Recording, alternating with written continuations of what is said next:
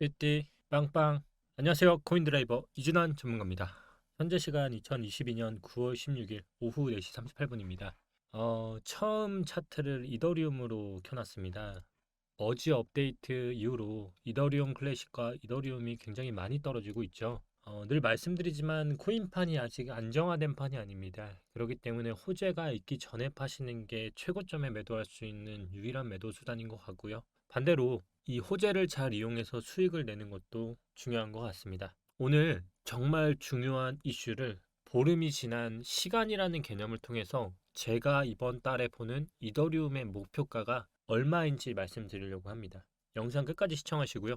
다뤄보도록 하겠습니다. 영상 시작하기 앞서 영상 구독, 좋아요, 알림 설정하시면 더 좋은 정보 그리고 실시간으로 대응하는 24시간 유일한 유튜브 채널이 될 것임을 자부합니다. 이더리움의 가격을 알아보기 전에 이 이더리움의 개발자 그리고 창시자라고 불리는 비탈릭 부탈릭이 말한 블록체인의 7가지 난제를 좀 더 쉽게 알아보려고 준비해 봤습니다. 크게 블록체인 커뮤니티의 7가지 난제는 아래와 같습니다. 비트메인과 제휴풀이 현재 비트코인 전체 해시파워의 53%가량을 보유하고 있다는 문제. 유용한 큰 규모의 애플리케이션이 왜 아직 나오지 않고 있는 걸까? 세 번째는 계정 보안을 위한 좋은 솔루션이 왜 아직도 없을까? 그리고 계정 해킹과 같은 절도 이슈는 언제쯤 해결될까? 네 번째는 어떻게 탈중앙화한 앱이 5에서 10초의 블록체인 대기 시간에도 불구하고 잘 작동하게 할 수 있을까? 그리고 다섯 번째는 작업 증명은 매년 수십억 달러를 태우는데 그 규모는 모든 스캔과 도둑질을 합한 것보다 크다. 큰 비극이지 않는가? 그리고 여섯 번째와 일곱 번째도 있는데요. 오늘은 이 두 가지에 대해서 먼저 알아보려고 합니다. 아직까지도 풀리지 않는 비트메인과 제휴풀이 현재 비트코인 전체 해시파워의 53%가량을 보유하고 있습니다. 근데 일단 이 질문을 조금은 파헤쳐 볼 문제가 있습니다. 비트메인과 제휴풀이 누구일까요? 비트메인은요, 비트코인 네트워크를 유지하면서 보상으로 코인을 받는 채굴에 특화한 제조업체입니다. 뭘 제조하냐고요? 비트코인 블록체인을 유지하기 위해서 제물로 바치는 ASIC라는 것을 합니다. 풀이하자면 어플리케이션 스펙피 인텔리전스 서클릿이라고 하는데요. 줄여서 SAIC라고 합니다. 주문형 반도체 블록체인 업계에서는 채굴용 해시 함수를 푸는데 특화한 반도체를 뜻합니다. 요즘 이 반도체가 대란이 나오고 있죠. 그래서 그래픽 카드가 높을수록 채굴하는 단가가 높아진다는 말이 하고요. 그게 결국은 GPU보다 덜한 범용입니다. 이 채굴자들을 모아서 마이닝 풀을 운영하는 게 이제 바로 비트메인입니다. 근데 이 비트메인의 영업이익이 얼마일까요? 작년 한 해만 추정치가 약 3조에서 4조입니다. 이 해시파워만 하더라도요, 분포도만 하더라도 압도적으로 BTC가 우위를 점하고 있죠. 그렇다면 이들이 전체 해시파워의 절반 이상을 가지고 있다는 것은 어떤 의미일까요? 그냥 결론부터 말하면요. 네트워크 중에서 전체 해시파워 중에서 절반 이상을 가진다는 것은요, 블록을 생성하는 권한을 그만큼 가질 수 있다는 뜻이라고 합니다. 블록체인은 여러 명이 주기적으로 블록을 생성하고 마감을 하면서 하나의 거래 기록을 합의하고 공유하는 게 관건인데요. 특히 비트코인 블록체인에서는 해시파워, 말 그대로 컴퓨터의 연산 능력에 따라 블록을 마감 지을 확률이 높아집니다. 블록을 마감하면 결국 보상으로 비트코인을 얻게 되는 거고요. 이게 바로 작업 증명 POW 방식입니다. 그러니 비트메인 같은 채굴 전문 업체가 생길 수밖에 없죠. 영업이익만 해도 제가 얼마라고 했죠? 3조에서 4조입니다.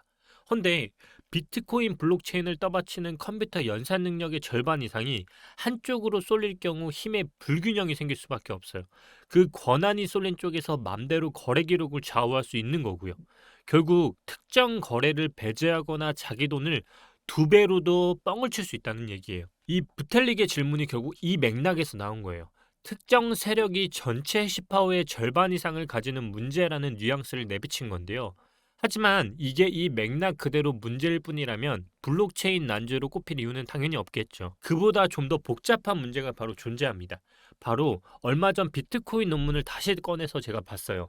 근데 그 문제 중에서 뭐가 있냐면 정직한 노드인 어니스트 노드라는 표현이 자주 등장해요.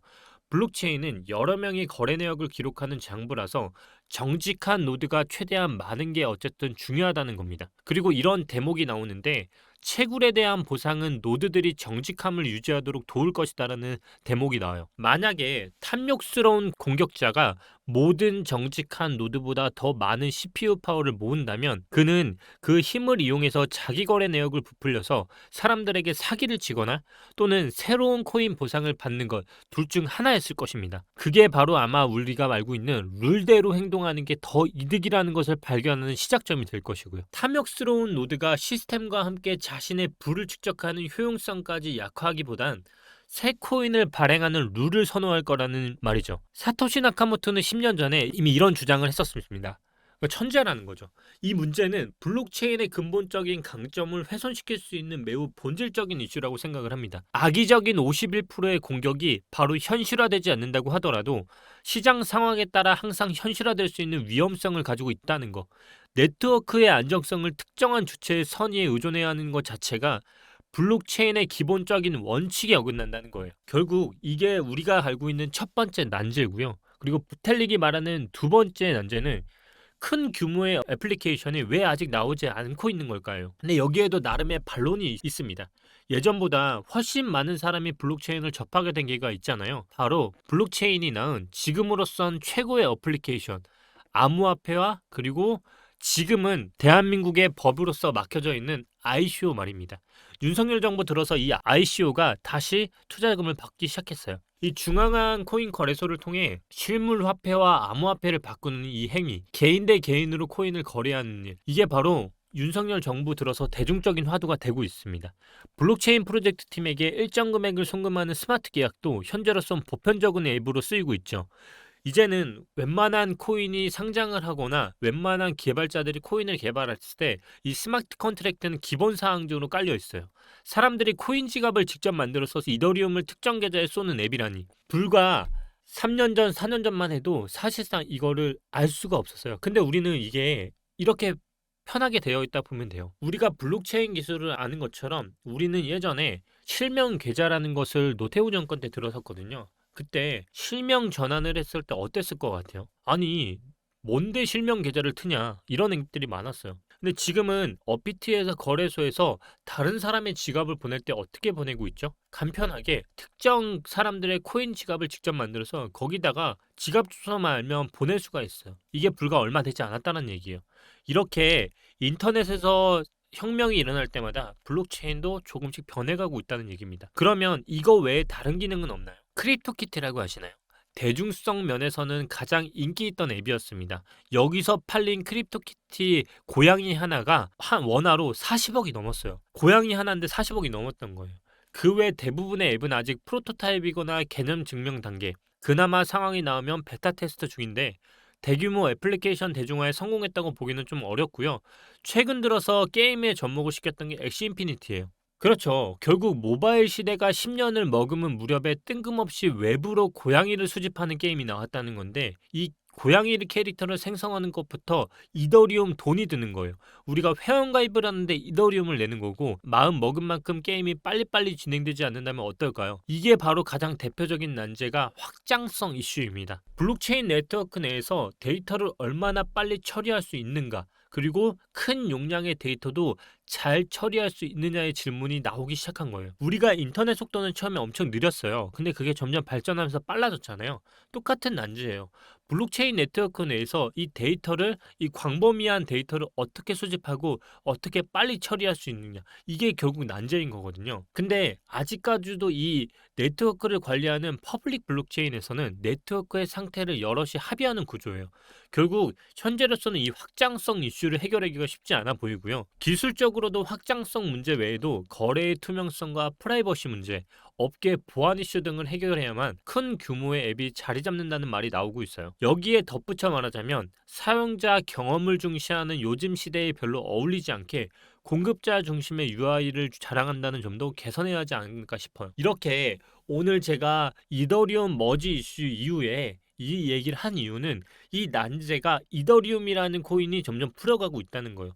결국 이 머지라는 이슈가요. 제가 기존 영상에서 다뤘지만 이더리움이 총 7단계 중에서 1단계의 문제를 풀었어요. 근데 문제는 이더리움이 비트코인을 대체한다라는 말이 나오는 것처럼 이 7가지 난제 중에서 2번 바로 확장성의 문제를 이더리움이 1단계로서 머지 업데이트로 점점 잡아가고 있다는 게 지금의 핵심이에요. 그런데 그럼에도 불구하고 이렇게 큰 호재가 왜 반영이 되지 않는가? 첫 번째는 비트코인이 일단은 이더리움을 아직까지는 생태계를 장악하고 있어요. 아까 제가 해시레이트만 보더라도 비트코인의 해시레이트가 51% 이상 쏠림 현상을 가지고 있다고 했죠. 이더리움의 난제는 앞으로 비트코인의 해시레이트뿐만 아니라 생태계적으로 얼마만큼의 범위를 가져올 수 있느냐가 또 하나의 난조로 남을 거예요. 결국 이 이더리움이라는 거는 결국 비트코인이라는 거를 또 다시 넘어설 수 있는 공간이 오겠지만 현재로서는 저 또한 보지 않고 있다는 거죠. 오늘 이렇게 두 가지 난제에 대해서 알아봤어요. 나머지 5개에 대해서는 다음 영상에서 또 알아볼 건데요. 이렇게 전체적인 코인파는 각종 이슈를 통틀어서도 나쁜 악재도 있지만 기술적인 발전은 계속 이뤄지고 있어요. 그 대중화의 중심엔 누가 있다? 바로 이더리움인 거예요. 오늘 그래서 제가 처음 이더리움의 이번 달 매수가에 대해서 빗대어서 지금부터 차트적으로 접근을 할 건데요. 여러분, 제가 과거의 영상 중에서 오미세고에 대해서 표현을 했던 게 있을 거예요. 이 오미세고가요, 제가 15,000원일 때도 저는 6,000원이 온다고 말을 했잖아요. 제가 지금 이렇게 간단하게 요약을 하지만 저는 이더리움이 이제 반이라는 시간이 지나갔기 때문에 이제는 조금은 가격에 대해서 말할 수 있는 시간이 오지 않았을까 싶어요. 이 장대 양봉을 분명히 이번 달에는 내리기는 쉽지 않은 구조인 것 같아요. 하지만 우리가 이미 8월에 봤던 월봉의 저점을 깰 가능성은 저는 이제부터는 열려져 있다고 보고요. 최대 맥시멈으로 간다고 하면 저는 165만 원이 9월에 올 수 있는 가격이라고 한번 열어두고 싶어요. 그럼 어느 정도 빠져야 할까요? 전체적인 이더리움 기준으로 마이너스 15%의 하락이 9월 중으로 이제 남았다라는 거를 요약할 수 있는 것 같아요. 이 가격이 오지 않을 수 있습니다. 하지만 저는 최소한 165만 원이 오지 않으면 사지는 않을 거예요. 반대로 다른 코인들도 마찬가지입니다. 월봉이 양봉으로 장대로 끝난 애들한테는 분명히 기회가 오겠지만 음봉으로 끝난 애들한테 마이너스 15%라는 얘기는요, 정말 더 큰 하락이 올 수도 있다는 겁니다. 자, 오늘 두 가지 악재에 대해서도 알아봤고요. 차트적으로 간결하게도 알아봤어요. 제 포인트는 항상 같습니다. 비트코인이든 이더리움이든 현재 제 9월의 관점은 첫 번째는 뭐다? 횡보. 두 번째는 뭐죠? 큰 하락. 자, 이제 앞으로 FOMC라는 큰 악재는 얼마 남지 않았습니다. 여러분, 저는 이제 일주일 사이에 큰 변화가 나오지 않을까 현재는 예상을 하고 있고요. 그래도 나오지 않는다고 하면 시간적으로 아직 14일은 아직 보름이라는 시간과 같기 때문에 이제부터는 월초에 오른 상승은 좋은 흐름이 아니다. 왜냐하면 시간적으로 버티기에는 유리한 환경이 아니고 이제부터 내리더라도 기존 7월에 8월에 끝난 봉과 똑같은 봉이다. 월초에 오르고 마지막에 내릴 꽂혔죠. 자, 14일 동안에 여러분들이 베팅하는 방향은 어디입니까? 상승으로 간다. 두 번째 횡보로 간다. 세 번째 큰 하락이다.